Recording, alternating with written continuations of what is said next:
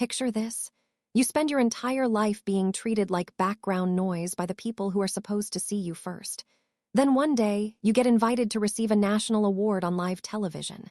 You tell your family. They laugh, call it stupid, and choose a concert instead. So you don't argue. You just smile, type 2 words, and let them go. What they don't know is that the screens inside that concert venue are about to show your face to thousands of strangers before your own family ever bothered to look. By the time the lights go down and the crowd starts screaming, it's already too late for them to pretend they cared. Before we dive into what happened when those arena screens lit up, drop a comment right now. Tell me what time it is where you are and where you're watching from. I want to see how far stories like this actually travel. Lana Sheffield grew up in a house where the roles were decided long before anyone asked if they fit. Her older sister Blair was the star. Dance recitals, choir performances, endless tournaments that turned weekends into scheduling puzzles. Her younger brother Corey was the comic relief, the kid who cracked jokes at dinner and got away with almost anything as long as people laughed. Lana was something else entirely. She was the one who handled things. The kid teachers never worried about, the daughter who made sure permission slips got signed, and appointments didn't get missed. Her mother Donna used to joke that she had a star, a helper, and a comedian. It sounded lighthearted enough to pass as family banter, but it told you everything you needed to know about where Lana actually stood. Her father Keith worked long hours and came home ready to hear about Blair's latest performance. If Lana wanted his attention, she learned to wait until Blair finished talking. It started with small things. A school project Lana was proud of would get pushed to the side because Blair had a big game that weekend. She would mention something interesting from class and her dad would nod without really listening, then turn to ask Blair about practice. When Corey made everyone laugh, the whole room leaned in. When Lana spoke, people used that moment to refill their drinks or check their phones. None of it was dramatic enough to point at and call cruel, but it added up. Every dinner where her news came last. Every achievement that got a polite smile before the conversation shifted back to Blair. Every time she fixed a problem, and nobody even noticed it had been broken in the first place. She stopped competing for attention and started making herself useful instead. If the Wi-Fi went down, she reset it. If a form needed signing, she left it on the table with a pen. If her parents forgot something important, she reminded them quietly and moved on. The more capable she became, the less they seemed to actually see her. They loved what she did for them, but they didn't love her for who she was trying to become. If you want the full truth about what happened next, hit that like button right now so this story reaches more people who need to hear it. By high school, Lana had learned to keep her wins to herself unless a teacher forced a parent meeting, and the praise had to be delivered secondhand. Blair was always 3 years ahead, always louder, always surrounded by people who spoke about her like she was destined for something bigger. Neighbors asked about the Sheffield family, and Donna would lead with Blair's latest performance and Corey's newest joke. Lana usually didn't come up unless someone pushed for details. She told herself she didn't need the spotlight.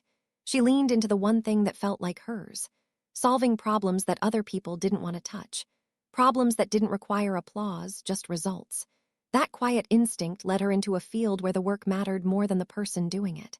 Emergency communications, routing systems, the invisible infrastructure that decides whether an ambulance reaches someone in time or gets stuck in traffic while seconds bleed away.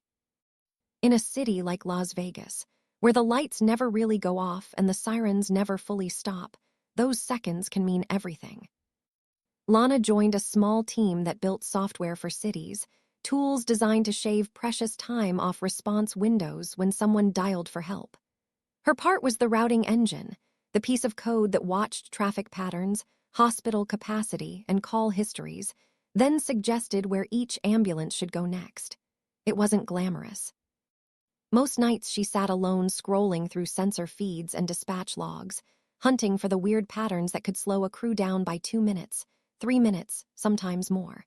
When the system worked, there were no headlines. A dispatcher's screen would light up with a clean recommendation. A crew would reach the right address faster, and life just kept moving. The first person who treated that work like it actually mattered was Dr. Selma Rhodes, the director of their research group. She noticed that Lana volunteered for the ugliest data sets, the tangled cases that made everyone else's eyes glaze over. Instead of telling her to relax, Selma pulled her into deeper conversations about system architecture and failure modes, and she said something Lana had never heard before. That her need to understand every detail wasn't a flaw, it was a strength. Comment invisible if you've ever been the overlooked child in your family. Under Selma's guidance, their pilot project started in one district and slowly spread. After the software went live, the numbers inside the department started shifting. Average response times dropped. Fewer calls bounced between stations trying to figure out who should respond. Dispatchers sent quiet notes after brutal shifts saying they felt less helpless when the system pointed them in the right direction. Lana and her team read every message, fixed what was broken, and rolled the system out a little farther each quarter until their maps covered the entire valley. They weren't chasing awards. They were chasing the difference between a scare and a tragedy. The nomination came from outside their office.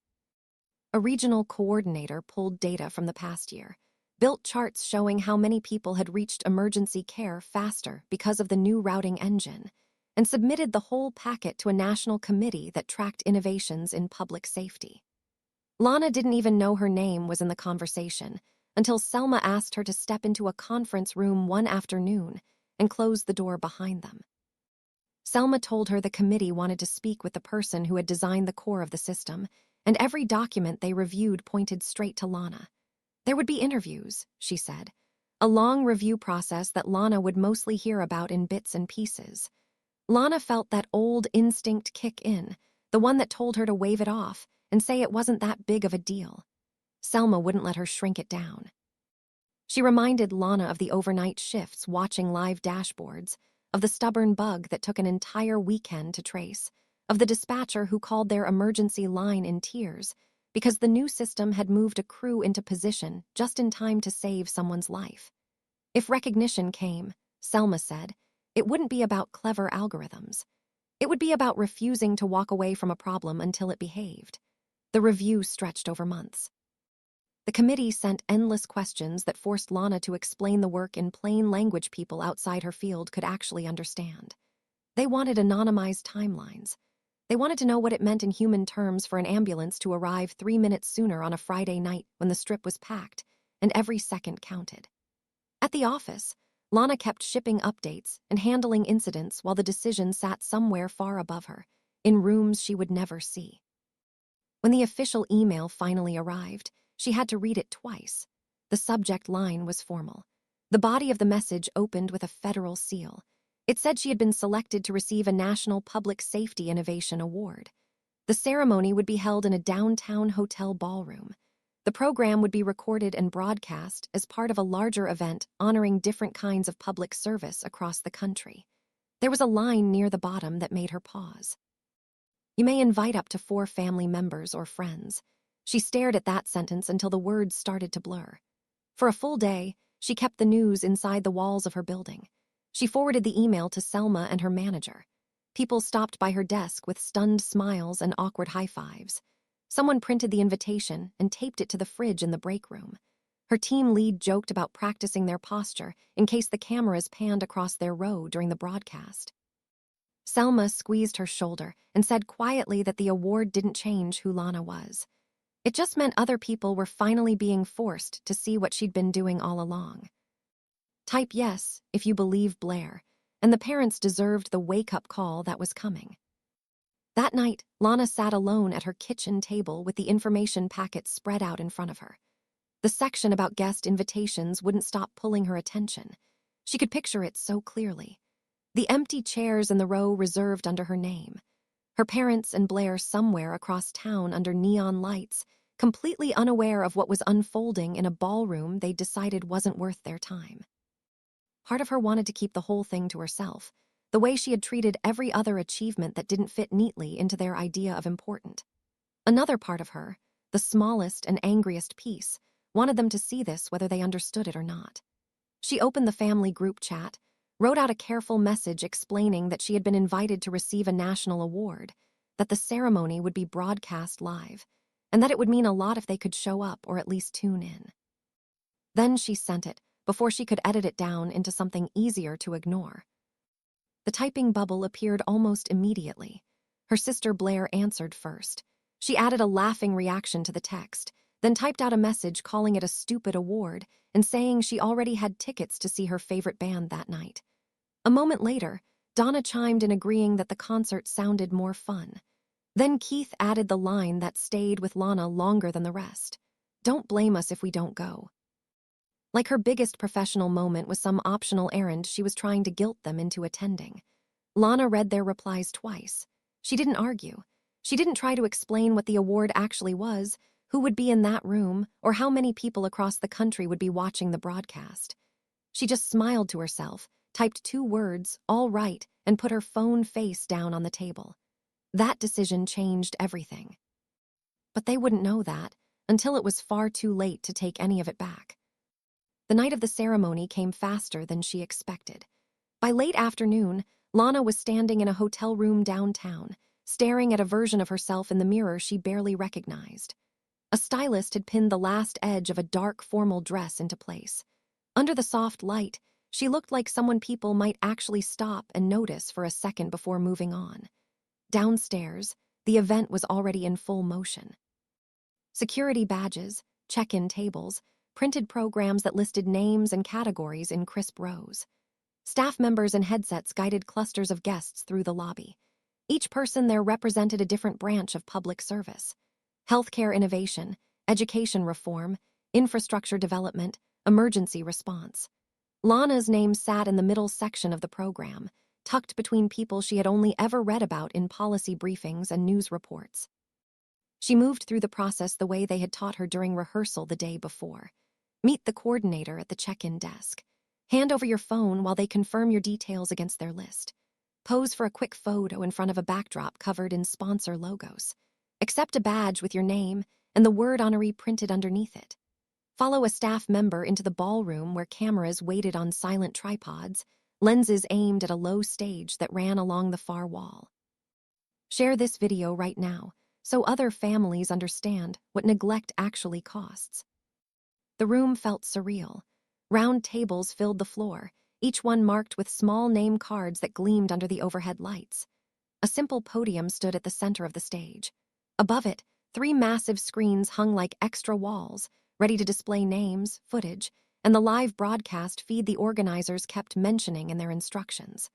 Lana knew one of those screens would hold her face later. She also knew exactly who wouldn't be sitting in the audience beneath it. Selma joined her at their assigned table, calm and unbothered by the formality around them. Members of Lana's team filtered in one by one, squeezing her hand or bumping her shoulder as they took their seats. For a few quiet minutes, the noise of the ballroom faded into something distant. All Lana felt was the weight of the moment pressing in from every direction. The program began with speeches from officials who had clearly made stages like this their second home. They talked about service and sacrifice, about the invisible work that kept entire cities functioning without most people ever noticing.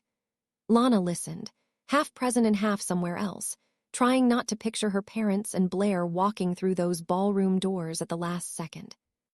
When the category for emergency services came up, her attention snapped back into focus.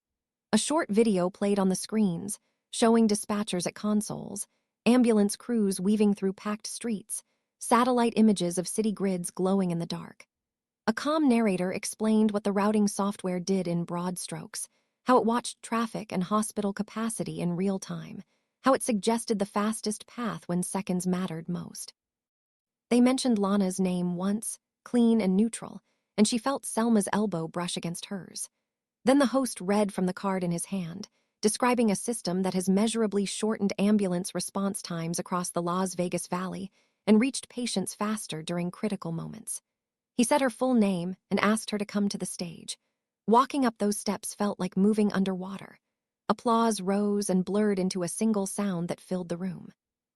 Stage lights erased the edges of the crowd, leaving only vague shapes and flashes from phones.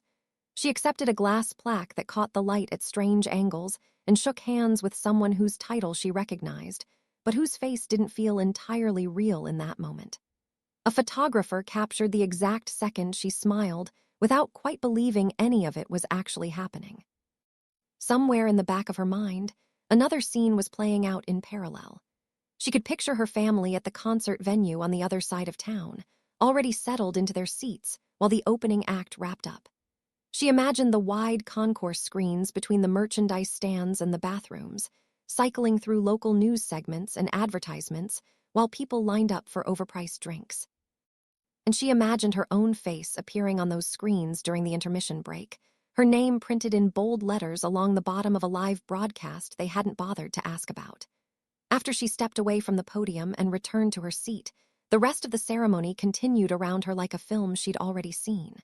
More names, more stories of work that usually stayed hidden, more applause that rose and fell in predictable waves. Her phone sat silent in her bag, temporarily cut off from the building's network. But somewhere else in the city, on screens they hadn't expected and couldn't ignore, the Sheffield family was finally seeing exactly who their daughter had become. The ballroom emptied slowly after the program ended and the cameras powered down. Lana collected her phone from the check-in table and felt it come alive in her hand, buzzing nonstop as notifications stacked faster than she could clear them. Most of the alerts were expected. Messages from coworkers who had watched the live stream. Emails from city officials she'd worked with on other projects. A long thread in their office operations channel where someone had dropped a blurry screenshot of her on stage with 3 fire emojis next to it. Buried underneath all of that were dozens of missed calls from the same 4 contacts and an avalanche of unread texts in the family group chat. The timestamp on the first burst of messages lined up perfectly with the hour when the concert would have paused for intermission. She opened the thread and let the messages load. At the very top sat her original invitation, small and almost polite. Just below it, the replies where Blair had mocked the award and her parents had casually dismissed the whole thing like it wasn't worth the drive. If this story shocked you so far, comment boundaries below. Then the tone shifted hard. Her mom's messages came in frantic blocks, talking about giant screens hanging over the arena and how people in the rows around them had turned to stare when Lana's name appeared during the news segment. Her dad wrote about strangers tapping his shoulder and asking if they were related to the woman on the screen accepting a federal award. He added lines about how proud he felt, how unbelievable the whole moment was, how he wished he could have been there. Blair's texts were shorter and sharper, full of exclamation marks that made everything feel like a performance for people who weren't even watching. She kept saying she had no idea it was that big of a deal, that she would have skipped the concert if she'd known. None of them mentioned the fact that they had actively chosen not to be in that ballroom.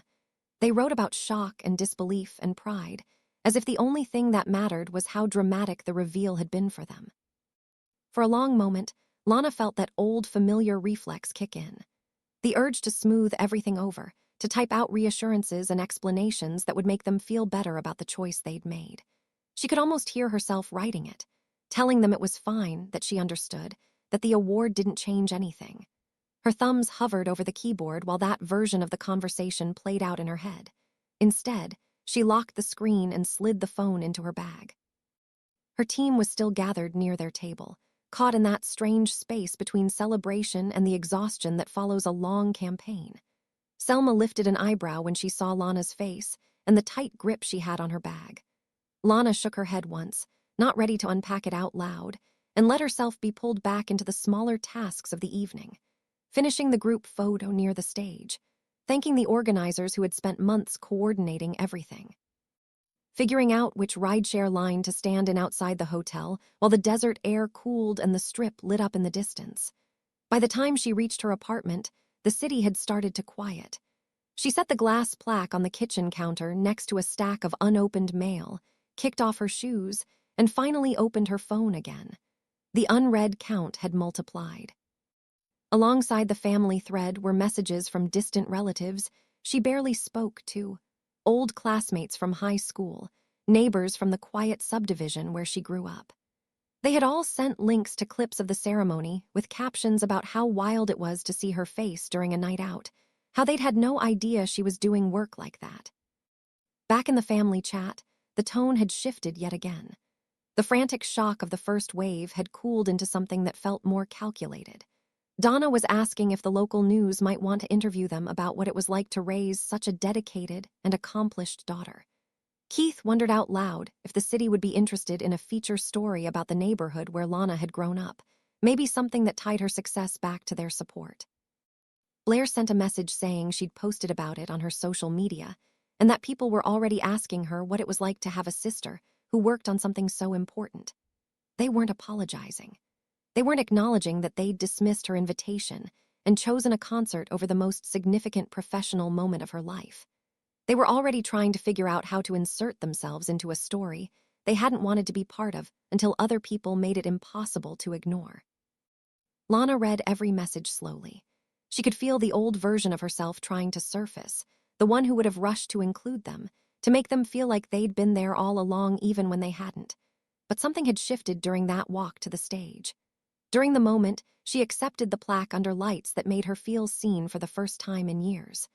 During the seconds when strangers applauded work her own family had never asked about. She didn't type a response that night. She didn't try to explain what it felt like to stand on that stage with empty seats where they should have been. She didn't tell them that the software they'd never cared to understand had quietly helped dispatchers reach people faster, that her work had meant the difference between critical moments and lost time for families they would never meet. She just set the phone down, looked at the plaque catching the dim light from the window, and let herself sit with the choice she'd made.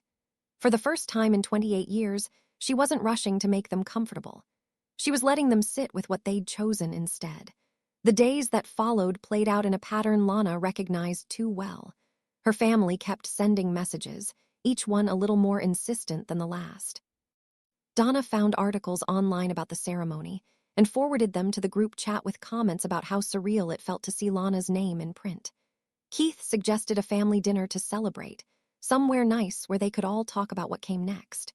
Blair sent a screenshot of her post that had gotten hundreds of reactions, saying people were inspired by Lana's story and that maybe they should do an interview together. None of them said the words that actually mattered. None of them acknowledged that they'd laughed at her invitation, that they'd chosen a concert over showing up, that they'd only started caring once strangers had validated what she'd accomplished. Hit that like button if you're tired of families that only show up when success becomes public. Comment what you would have said to Blair and the parents if you were in Lana's position. And subscribe because we're exposing more untold stories about people who chose themselves after years of being overlooked. Lana didn't block them. She didn't send a long message explaining why their reaction hurt or why their sudden pride felt hollow. She just stopped responding as quickly as she used to. She let hours pass before opening their texts. She gave short, polite answers that didn't invite long conversations. When Donna pushed for a dinner date, Lana said she'd check her schedule and then let the question fade without follow-up. At work, life moved forward the way it always had. The routing system kept running. Dispatchers kept sending notes about shifts where the software had pointed them in the right direction during chaotic moments. Selma pulled her into a new project, something experimental that would take months of the same careful attention Lana had always given to problems other people walked away from. Her team treated her the same way they had before the ceremony, with respect that had never required a glass plaque or a federal seal to feel real. Slowly, Lana started to understand something she'd spent most of her life avoiding. Her family loved the version of her that made them look good. They loved being able to say their daughter had won a national award. They loved the reflected status that came from strangers recognizing her name. But they didn't love the hours she'd spent alone in front of tangled data sets. They didn't love the part of her that solved problems without needing applause. They didn't love her for who she'd been before other people forced them to pay attention. And once she saw that clearly, the decision to step back stopped feeling cruel. It just felt necessary. The last time Blair sent a message asking when they could all get together, Lana replied with something simple. "I'm focusing on work right now. Maybe another time." She didn't explain further. She didn't apologize for being busy. She just set a boundary and let it stand. Her mom tried once more, saying it felt like Lana was pulling away and that family should come first. Lana read the message twice and then typed out a single line. Family shows up when it matters, not just when everyone else is watching. She sent it before she could soften the edges, then muted the group chat and went back to the project on her screen. Months later, the routing system Lana built was still running quietly in the background of a city that never really slept. Ambulances moved a little faster. Dispatchers felt a little less helpless during the worst shifts. Lives were reached in time because of math and code, and the stubborn refusal of one overlooked daughter to walk away from a problem that mattered. Her family stayed on the margins where she'd gently placed them, still posting about her accomplishments online, but no longer getting the immediate access they'd once taken for granted.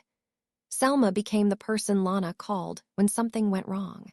Her team became the people she celebrated wins with, the ones who had shown up long before a ceremony made it easy. And the plaque sat on a shelf in her apartment, catching light in the mornings, a reminder that sometimes the best revenge isn't loud or dramatic.